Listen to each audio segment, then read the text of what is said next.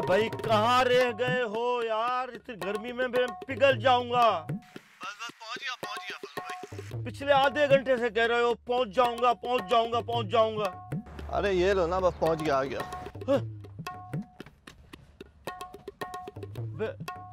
ये कौन सा तरीका है तुम्हारे अंदर आने का यार, मैं तो डर ही गया था। अरे फोन तो नीचे रखो फजल भाई। हाँ हाँ हाँ, अब बता ऐसी क्या मुसीबत आ गई थी जो तुमने मुझे यहाँ बुला लिया, ऑफिस में मिल लेते।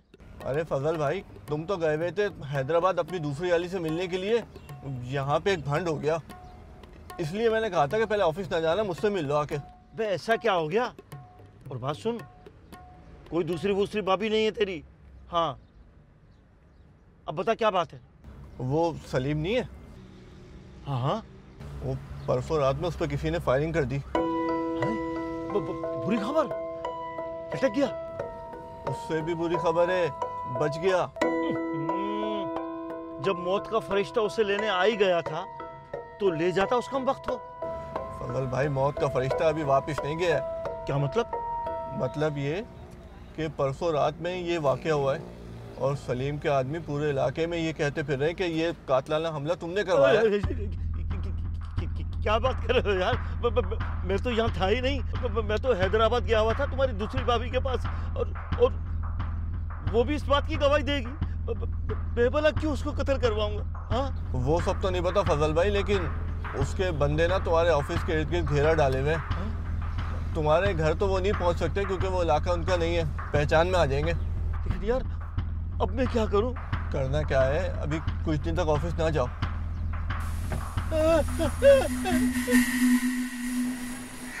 आपको पता है मुझे कॉल्स पे कॉल्स आ रही हैं ऑफिस से, और मैं सिर्फ आपकी वजह से नहीं जा सकी। मगर आपको इस बात का बिल्कुल अंदाज़ा नहीं है कि ये सब मेरे लिए कितना इम्पोर्टेंट है, कितना असर कर सकता है ये मेरे करियर पे, मेरी ग्रोथ पे। यही तो तुम्हारी समझ में नहीं आ रहा है, क्या मैटर करता है और क्या चीज़ तुम्हारी ज़िंदगी में इम्पोर्टेंट है। अम्मी मेरे ख्याल से आप ज़िंदगी को बहुत सीरियसली ले रही हैं, मे भी इसलिए कि अब हमारी ज़िंदगी में डैडी नहीं है। और मेरा ख्याल है कि तुम ज़िंदगी को बिल्कुल सीरियस नहीं ले रही हो। तुम्हारी प्रॉब्लम भी यही है कि हमारी ज़िंदगी में तुम्हारे डैडी अब मौजूद नहीं है। अम्मी मेरा करियर डैडी ने ही प्लान किया था। तो उसी प्लान में तुम्हारी शादी पहले नहीं तो दूसरी मोस्ट इम्पॉर्टेंट चीज़ थी। मगर पहला मेरा करियर था। तुम्हारा कैरियर नहीं था, तुम्हारी पढ़ाई थी, हाई स्टडी, और उसके बाद तुम्हारी शादी। अम्मी आप जो कर रही हैं बिल्कुल अच्छा नहीं कर रही। क्या क्या कह रही हो? मैं अच्छा नहीं कर रही हूँ? जो मैं कर रही हूँ वही हम सबके लिए अच्छा है।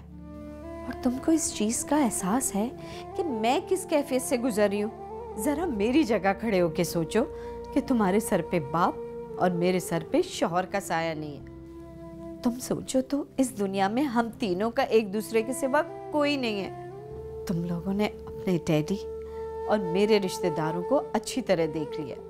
मुझे तो यही खौफ खाया जा रहा है कि अगर मुझे कुछ हो गया और तुम लोग सेटल नहीं हुए तो दुनिया तुम दोनों को नोच डालेगी। उन लोगों का बस चले तो एक एक पैसा छीन लेंगे तुम लोगों से।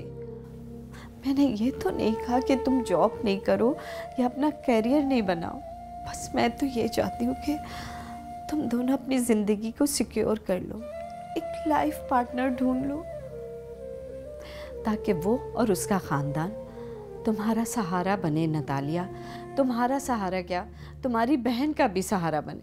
बस अब मुझसे बहस करने की ज़्यादा ज़रूरत नहीं है, तुम लोग जाओ, मुझे अकेला छोड़ दो, चली जाओ।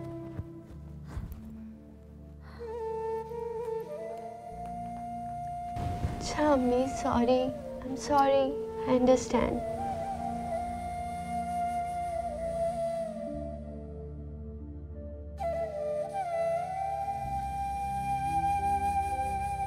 अरे फजल भाई, खैरियत तो है? कौन कौन? अरे भाई फजल, मैं हूँ इदरीस, इदरीस पप्पू। पप्पू? अबे पप्पू के बच्चे, तूने मेरी जान ही निकाल दी। अबे इस तरह कोई दरवाजा खोलते हैं क्या? मैंने सोचा थोड़ा सा मजाक ही कर लूँ आपसे। अच्छा मजाक है। अच्छा फजल भाई, मैं चलूँ है? अबे रुक, इतनी काहे की जल्दी है तुझे? क्या तेरी बारात निकली जा रही है? जहाँ हमारी जान पर बन गई है, और मैं चलता हूँ।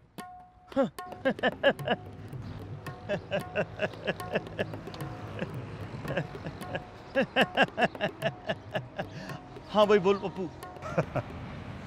इदरीस नाम है मेरा। अरे पप्पू, तो हम जवानी में थे, अब तो सिर्फ बुजुर्गी रह गई है। ओहो भाई, काम बता, काम बता। अरे काम क्या, वो मैंने आपको बताया था ना उस बेबी के बारे में। हाँ, वो बेबी, वो जिसके साथ तेरे भाई की बेवा रहती है ना।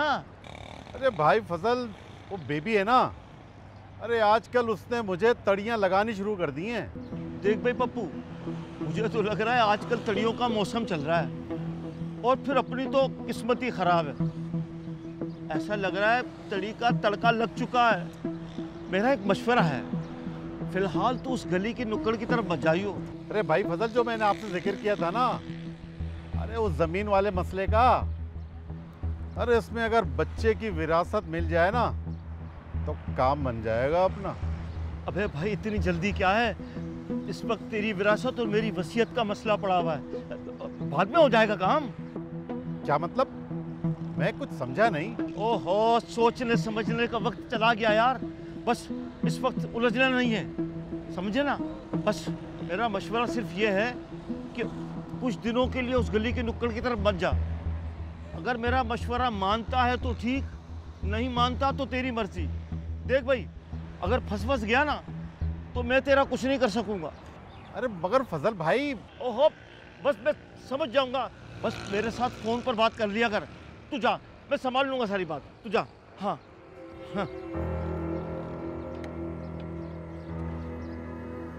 हाँ बता, अब बता करना क्या है? करना क्या है, बस अब मसले का हल तलाश करना है। तनवीर बता रही थी कि नाहिद अपनी बहन के पास वापस जाने की तैयारियां कर रहा है। अरे क्या अफगान मुहाजिरीन वापस जा रहे हैं क्या? कभी तो सीरियस हो जाया करें। समझने की बात यह है कि वो अपने घर जब चला जाएगा बहन के, तो उसकी शादी के रिश्ते के लिए उसकी बहन का इंतज़ार करना पड़ेगा। मैं तो ये कह रही हूँ कि उसके जाने से पहले बात कर लें और रुखसत करा लें। रुखसत नहीं करानी, घर दामाद को वेलकम करके घर में ले आइए। बेगम, मैं तुम्हें एक बात बता दूं, जितनी तेजी से ये मेरा नन्ना मुन्ना खजाना खाली हुआ है ना उस देव को खिलाने में, ये मैं ही जानता हूँ या मेरा दिल जानता है। जितना वो मनों में खा जाता है ना, असली खाद बनाने की फैक्ट्री साबित होता है हमारी। देखते हैं क्या होता है। अच्छी बात वो बहन के घर वापस जा रहे हैं, वरना जवान जहान लड़के को कोई लत लगती देर लगती है क्या? और बेगम, तुम्हें एक बात और बता दूं, इल्लत को जिल्लत होती उस मखलूक के पीछे पड़ते हुए। मतलब ये कि पता ही नहीं चलता क्या मखलूक बनाई अल्लाह ताला ने। मुंह बंद रखे तो देव, और मुंह खोले तो औरत, खाए तो खाते ही चला जाए, खाए और निकाल ले तो कार्बन डाइऑक्साइड का सिलेंडर। वही सर्कस में टिकट लगाने के काबिल है हमारा दामाद है। एक तरफ ये और दूसरी तरफ आते धड़की मछली। अजीब दिमाग खराब हो रहा है और समझ में नहीं आता कि क्या करूं। और जब दिमाग में धुआं बनता है तो भूख ज्यादा लगती है, और जब भूख ज्यादा लगती है तो होटल में खाना खाओ तो बिल ज्यादा बनता है, और जब तन्वीर के घर खाना खाओ तो बहुत बुरा लगता है। वो लोग भी तंग आ गए यार। क्या मैं वाकई ज्यादा खाना खाता हूँ? तेरा अपना क्या ख्याल है, तू कितना खाता है, कम या ज्यादा? यार मुझे तो पता नहीं लगता, उनके रवैये से लगता है कि शायद मैं ज्यादा खाना खाता हूँ। देख दोस्त, अगर खाते खाते तेरे जबड़ों में दर्द शुरू हो जाए, तेरे घुटनों से टखनों से उय अल्लाह की आवाज़ें आनी शुरू हो जाए, और तेरा गैस का सिलेंडर तुझे कुछ अपना अपना सा लगे, तो इसका मतलब तो कुछ ज़्यादा खा गया मेरे भाई। मुझे जब भी परेशानी होती है तो भूख ज्यादा लगती है, और मेरी अक्ल ये कहती है कि परेशानी को खत्म करो। तो तू एक काम कर, अपनी बाजी के पास चले जा। बस वहाँ नहीं जाऊंगा, उन्हीं को पाले बाजी, समीना बाजी और उनका बेटा। तो फिर तो क्या करेगा? यार समझ में नहीं आता है कि क्या करूं। अब तो पैसे भी खत्म होने वाले हैं। तनवीर बुला लेती कभी कभी तो वहाँ खा लेता हूँ, होटल में खाना खाओ तो पेट नहीं भरता। तो फिर एक काम कर, मामला पक्का कर ले तनवीर के यहाँ। मतलब कि शादी, घर दामाद बन और वहीं रहे। शादी करूं और वहीं रहूं?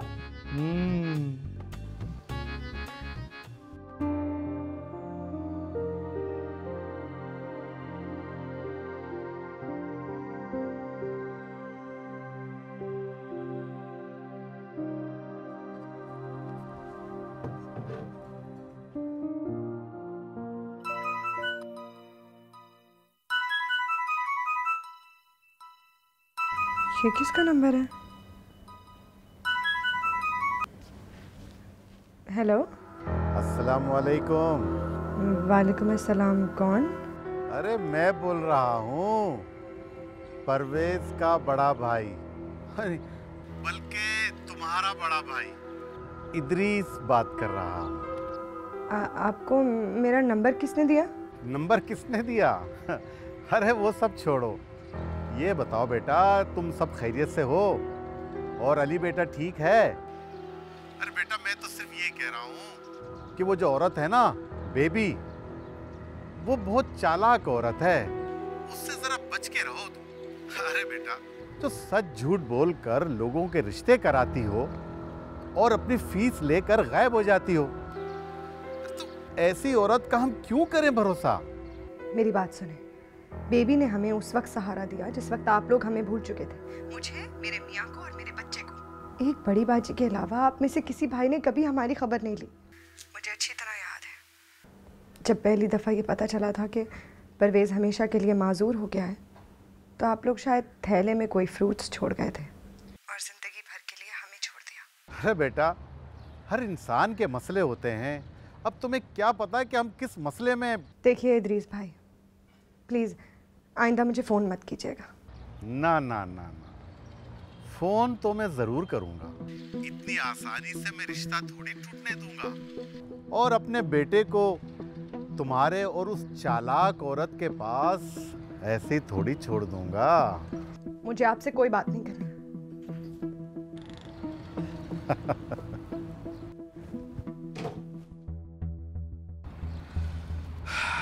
अरे बेटा तो मैं तुमसे लेकर ही रहूंगा।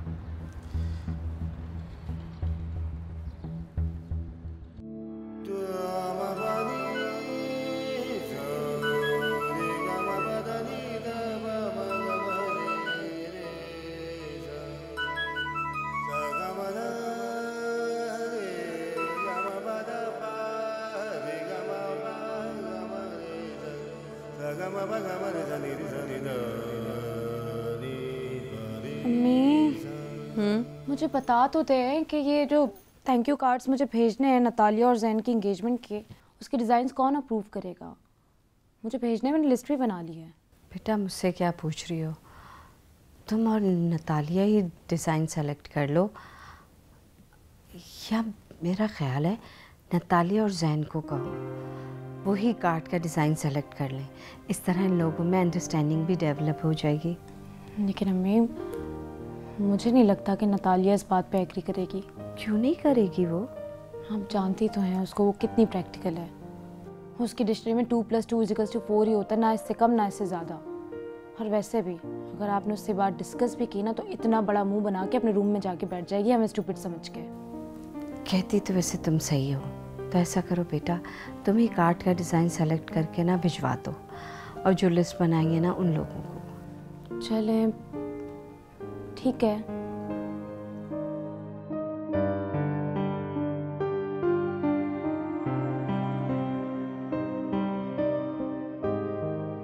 अरे मियाँ आओ आओ आओ, बैठो, आओ आओ यहाँ बैठो। हाँ।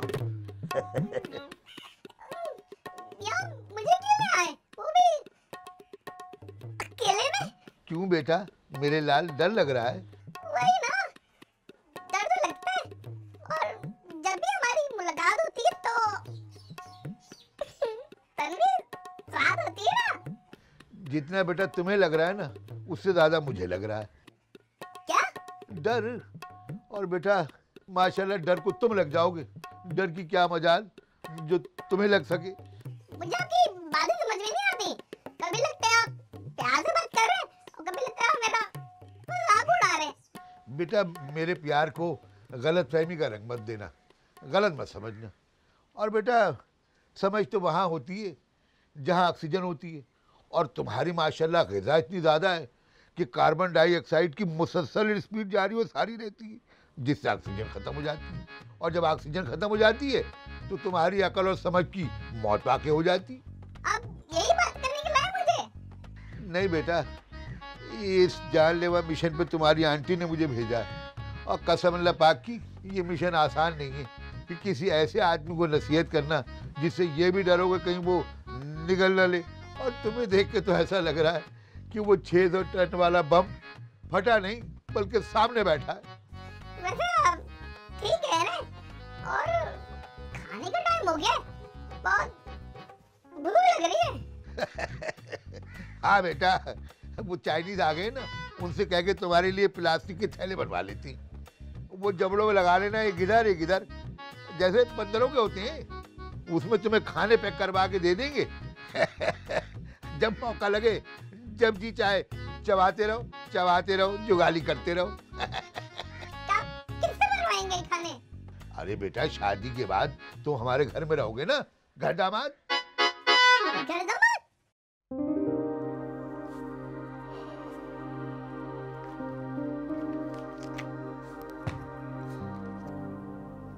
हाँ, और करो काम, लगी रहो रात के 2-3 बजे तक लैपटॉप पर। जब स्किन लटकेगी ना तो पता चल जाएगा तुम्हें।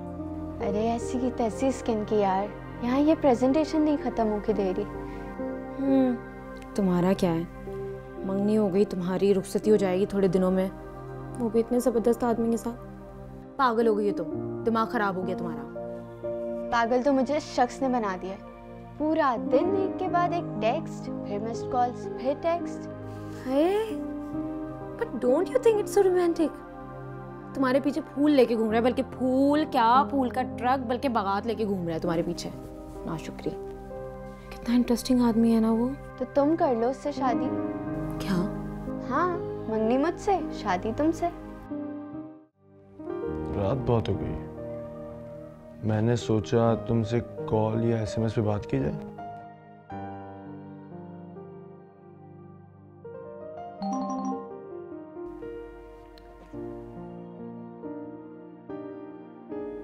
गॉड, फिर वही Romeo. Can I text you और call you?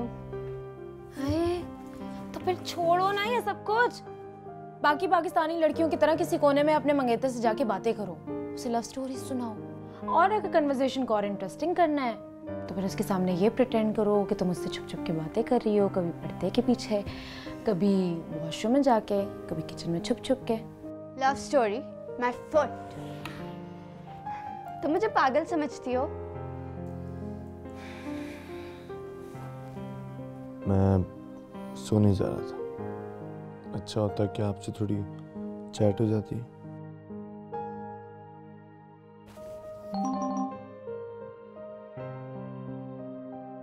Oh God, I would be going to sleep soon.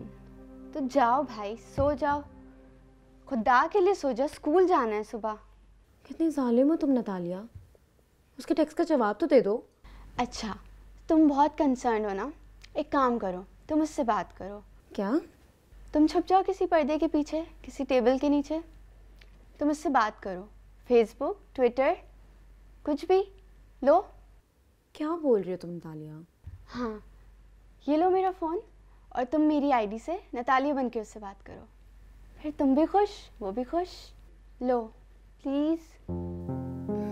Are you sure Natalia कि मैं नतालिया बन के? हाँ भाई, उसको क्या पता चलेगा,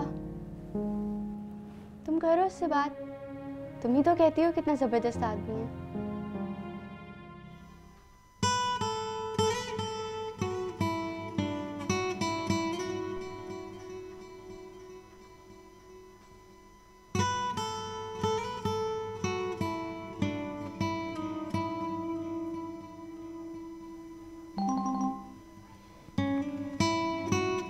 वाह, नतालिया ने पहली बार मेरा SMS के रिप्लाई किया।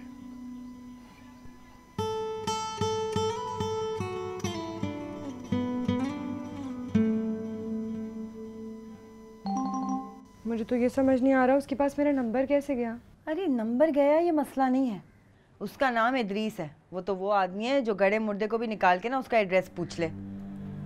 मसला असल में ये है कि उससे जान छुड़ाई कैसे जाए। कोई और घर देख ले। अरे पागल हो गई हो क्या? जिस आदमी के सामने लाखों करोड़ों का प्लॉट हो, वो क्या तुम्हारी जान आसानी से छोड़ देगा? अच्छा एक बात बताओ, तुमने उसको ये बताया तो नहीं है ना कि हमें पता है कि वो प्लॉट की वजह से हमारे पीछे पड़ गया? नहीं। अच्छा किया बहुत, उसको भिनक भी नहीं पड़नी चाहिए कि हम लोगों को पता है, वरना वो ये वाला रास्ता छोड़कर 2 नंबर रास्ता इख्तियार कर लेगा। और फिर उधर ही से कुछ ऐसा करेगा कि या तो प्लॉट उसके नाम हो जाए या फिर मामला कोर्ट में चला जाए। ये हम किस मुसीबत में फंस गए हैं बेबी। दे दो ना उसे प्लॉट, हमारी जान छूट जाएगी। देखो समीना, ये बात तो तुम अपने दिमाग से निकाल दो कि प्लॉट किसी भी तरह इदरीस के पास जा सकता है। ये तुम्हारी ज़िंदगी की सबसे बड़ी गलती होगी और इसकी सज़ा तुम भी भुगतोगी और अली भी भुगतेगा। देखो बेबी, मेरा सबसे बड़ा असासा अली है। अगर उसने अली को नुकसान पहुंचा दिया तो? अरे वो ऐसा कभी भी नहीं करेगा। वो अच्छी तरह से जानता है कि बेबी ना ईंट का जवाब पत्थर से देती है। दूसरा ये कि ये जो लालची और चालाक लोग होते हैं ना, ये अंदर से बड़े डरपोक होते हैं। कुछ भी नहीं करेगा। हाँ, एक काम तुम ज़रूर करो, उसका नंबर ब्लॉक कर दो। उससे क्या होगा? उससे ये होगा कि वो तुम्हें फ़ोन्स कर करके मर जाएगा, लेकिन तुम्हारा फ़ोन कनेक्ट नहीं होगा। नंबर याद है तुम्हें उसका? हाँ, मैं भी निकाल के देती हूँ। ये वाला है, ये वाला।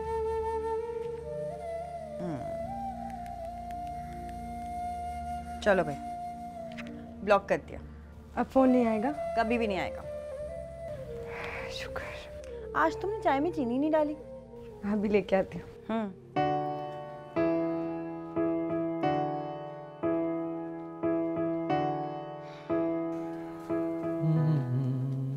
आइए आइए, आज तो चेहरे पे मुस्कुराहट है, कुछ खुशी कुछ गुरूर। यार हमारे ज़माने में, बल्कि हमारे ज़माने से ज़रा पहले एक हीरोइन होती थी, शमीम आरा। तुम्हारे चेहरे पे बिल्कुल वही मुस्कुराहट है आज। डैड, मेरे चेहरे पे तो ये मुस्कुराहट हमेशा से थी, शायद आपने आज नोट की। यार हमारे चेहरे पे भी मुस्कुराहट का कुछ सामान करो ना। What? क्या मतलब है? लो, क्या अब ये भी समझाना पड़ेगा, जब मैं पेंट करता हूँ ना तो हमेशा किसी रंग को अकेला पेंट नहीं करता, उसमें हमेशा थोड़ा सा दूसरा रंग भी मिला लेता हूँ। वो इसलिए कि हमेशा एक रंग दूसरे रंग को कॉम्प्लीमेंट ज़रूर करता है, और उसी वजह से कैनवस पर खूबसूरती बिखेरता हूँ। और कि डैड, एक रंग दूसरे रंग को सपोर्ट ना कर रहा हूँ,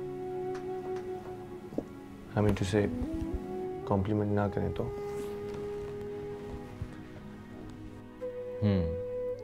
तो इससे कैनवस ख़राब हो जाता है, लेकिन इसमें रंगों का कोई कसूर नहीं होता, रंगसाज या आर्टिस्ट का कसूर होता है।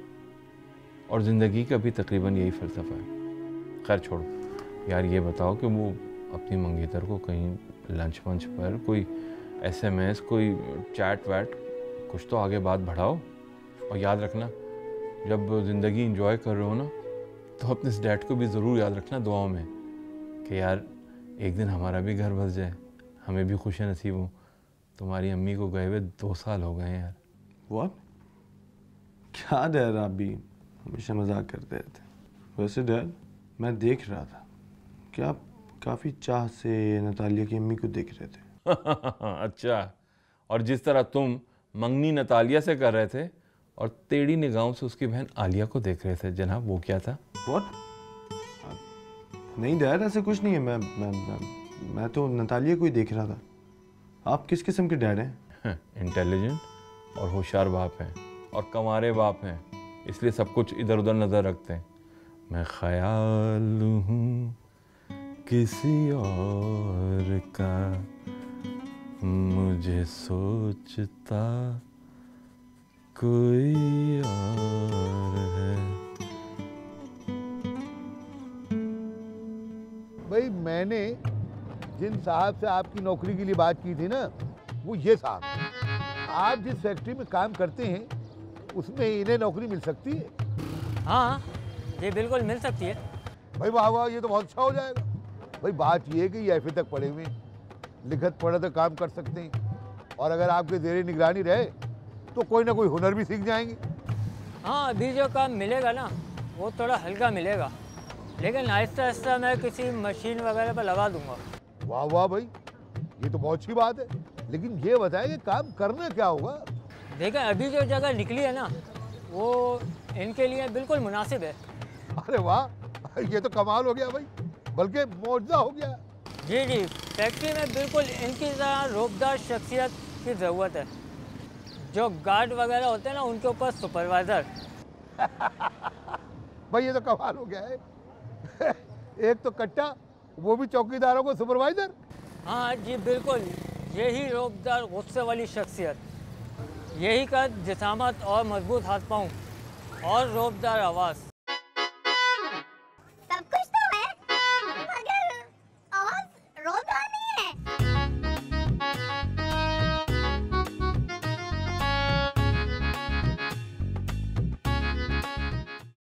देखो बेबी, मेरी 2 ही बेटियां हैं, लेकिन एक अनदेखा ख्वाब मुझे 24 घंटे घेरे रखता है। ऐसे आप बुरा ना मानिएगा, एक बात बोलूं? हाँ हाँ बोलो। आपने अपने कितने काम और उनका हल बंदों के आसरे पे छोड़ा हुआ है, और कितने मसले हैं जो आप अल्लाह के हवाले करती हैं, जिसे तवक्कुल भी कहा जाता है। मैं समझी नहीं। बेशक काम तो अल्लाह ही करवाता है, लेकिन करना तो उसके बंदों ने होता है ना। काम करने वालों से ज़्यादा काम बिगाड़ने वाले ज़्यादा होते हैं। चाहे काम बनाने हो या बिगाड़ने वालों का मुकाबला करना हो, अल्लाह पाक सब ठीक कर देते हैं। आप तवक्कुल किया कीजिए और सारी कोशिशें कर डालें, फिर देखिए अल्लाह पाक क्या क्या करेगा आपके लिए। मुझे बड़ा सुकून मिला तुम्हारी बातें सुन के। मेरे सिवा मेरी बच्चियों का कोई नहीं है, और मेरे रिश्तेदार और अनवर के रिश्तेदार, जो ये थोड़ी बहुत जमा पूंजी है ना, उस पे नज़र है उन लोगों की। देखो तुमने इतनी अच्छी जगह रिश्ता तो करवा दिया है, ज़रा पता तो करो कि इन लोगों को कोई ख़ास चीज़ तो नहीं चाहिए। देखो मुझे ये रिश्ता बहुत अच्छा लगा, मेरे दिल को बहुत भाया। वो लोग मेरी नदालियों को बहुत खुश रखेंगे। ज़रा पूछ लो उन लोगों से प्लीज़। उनको कुछ भी नहीं चाहिए। फरीद साहब तो पहले ही कह चुके हैं कि बस जल्दी से जल्दी नतालिया को दुल्हन बना के हमारे घर ले आएं। नहीं बीबी, ऐसे कैसे हो सकता है? आप लोग एक दूसरे से मिलते रहेंगे ना, तो अंदाज़ा हो जाएगा आपको। और मेरे ख्याल में अगर नतालिया और जैन आपस में डिस्कशंस कर लें तो ज़्यादा बेहतर होगा। हाँ, ये भी तुम सही कह रही हो।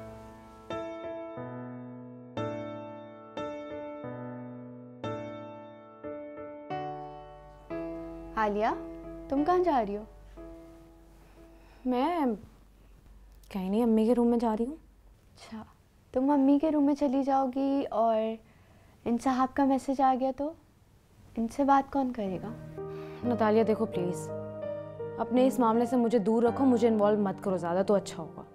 क्या मतलब? आलिया, तुम मेरी इतनी सी भी मदद नहीं कर सकती? मैंने तुम्हारे ही कहने पे मंगनी की है और अब तुम ऐसा कर रही हो। प्लीज़ प्यारी बहन, ऐसा मत करो। यार नतालिया, तुम कितनी चालाक हो, गिल्ट ट्रिप पे ले जाके मुझसे टेक्सटिंग करवा रही हो। नतालिया देखो, ये अच्छी बात नहीं है, तुम उसकी मंगेतर हो, तुम ही उससे बात करो प्लीज़। अच्छा आलिया, प्लीज़ आज प्लीज़ उससे बात कर लो प्यारी बहन। नतालिया, तुम रोज़ आज करके मुझसे रोज़ टेक्स्ट करवा लेती हो, और सीरियसली मैं भी अगर बात करने पे आती तो मैं भी भूल जाती हूँ कि मैं तुम नहीं हूँ, मैं हूँ। अच्छा चलो, आज मुझे काम करने दो और तुम ये मोबाइल संभालो please.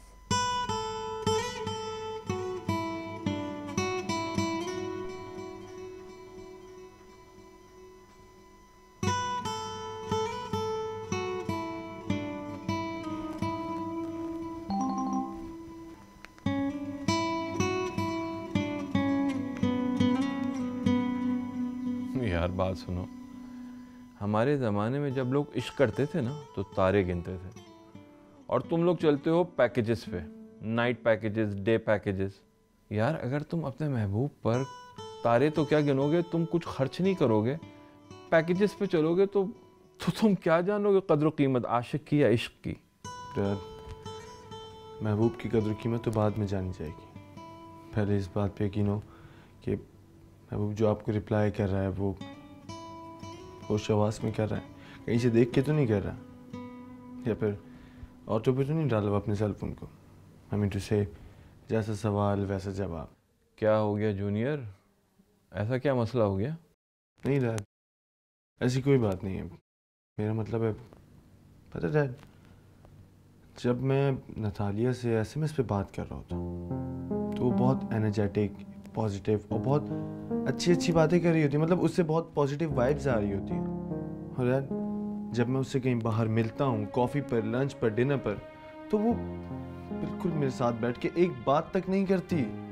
She is a dry person, that's what I think. आमने सामने, मतलब मुझे कुछ समझ नहीं आ रहा डैड। क्या मतलब? मैं कुछ समझा नहीं। मतलब ही तो नहीं समझ में आ रहा सर।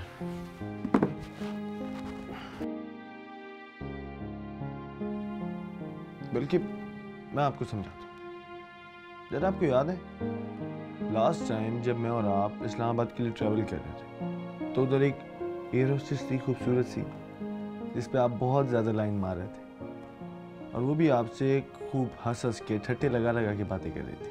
वो इसलिए मुझे लाइन करा रही थी, मुझे लिफ्ट करा रही थी क्योंकि मैं बिजनेस क्लास ट्रैवल कर रहा था। Yes exactly dad, that's what I mean to say कि वही एयर होस्टेस आपको उसी दिन शाम में इस्लामाबाद के एक मॉल में मिली, लेकिन आप तो उसको पहचान गए। उसने आपको पहचानने से इनकार कर दिया और ना ही उसका लहजा वो वाला था, लाइक मीठा मीठा ठंडा ठंडा एरोप्लेन वाला। होता है, अब पहली मर्तबा नहीं हुआ था मेरे साथ। मगर यार तुम्हारे केस में ये तो इमरजेंसी डिक्लेयर हो गई। जी बिल्कुल, मैं इसी बात को लेके बेहद परेशान हूँ कि मुझे एसएमएस वाली नतालिया कोई और लगती है और रियल वाली कोई और। होता है, हो सकता है कि तुम्हारी एक्सपेक्टेशन ज़्यादा हो, ये भी हो सकता है कि तुम मिसअंडरस्टैंड कर रहे हो उसको, और ये भी होता है कि जब महबूब सामने हो ना तो हाथ पांव फूल जाते हैं, औसान ख़ता हो जाते हैं। घबराने की ज़रूरत नहीं है, कीप इट अप। बाप का नाम रोशन करना, एसएमएस करते रहना।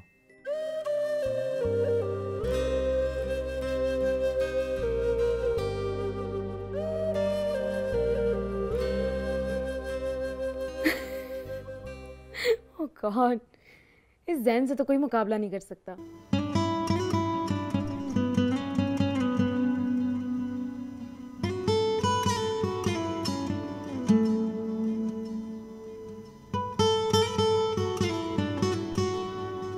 जी आप थोड़ा सुन लें कि मेरे कॉलेज, यूनिवर्सिटी और अदरवाइज भी बहुत सी फीमेल फ्रेंड्स हैं जो शादी के बाद भी कांटेक्ट में रहेंगी। सो इन फ्यूचर आपको कबाब में हड्डी बनने की कोई ज़रूरत नहीं।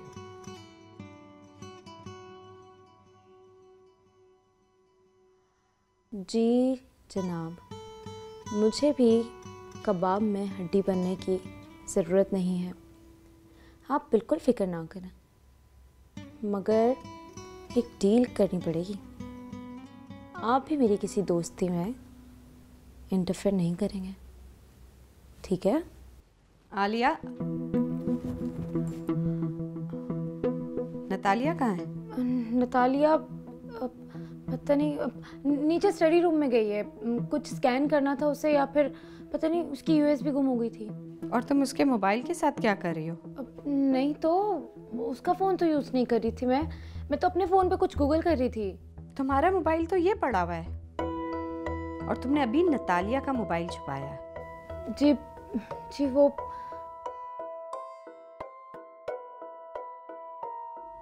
तुम मुझे ये बताओ आलिया, ये चक्कर क्या चल रहा है कि पहली मर्तबा मैं नहीं देख रही हूँ कि तुम्हारे हाथ में नतालिया का फ़ोन है।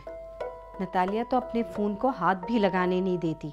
नहीं अम्मी, ऐसी तो कोई बात नहीं है। देखो आलिया, मुझे खौफ महसूस हो रहा है, लग रहा है कि तुम लोग मुझसे कोई बात छुपा रही हो। तुम लोग ऐसा कुछ मत करना जिसकी वजह से मुझे दुख हो और मैं डिसअपॉइंट हूँ।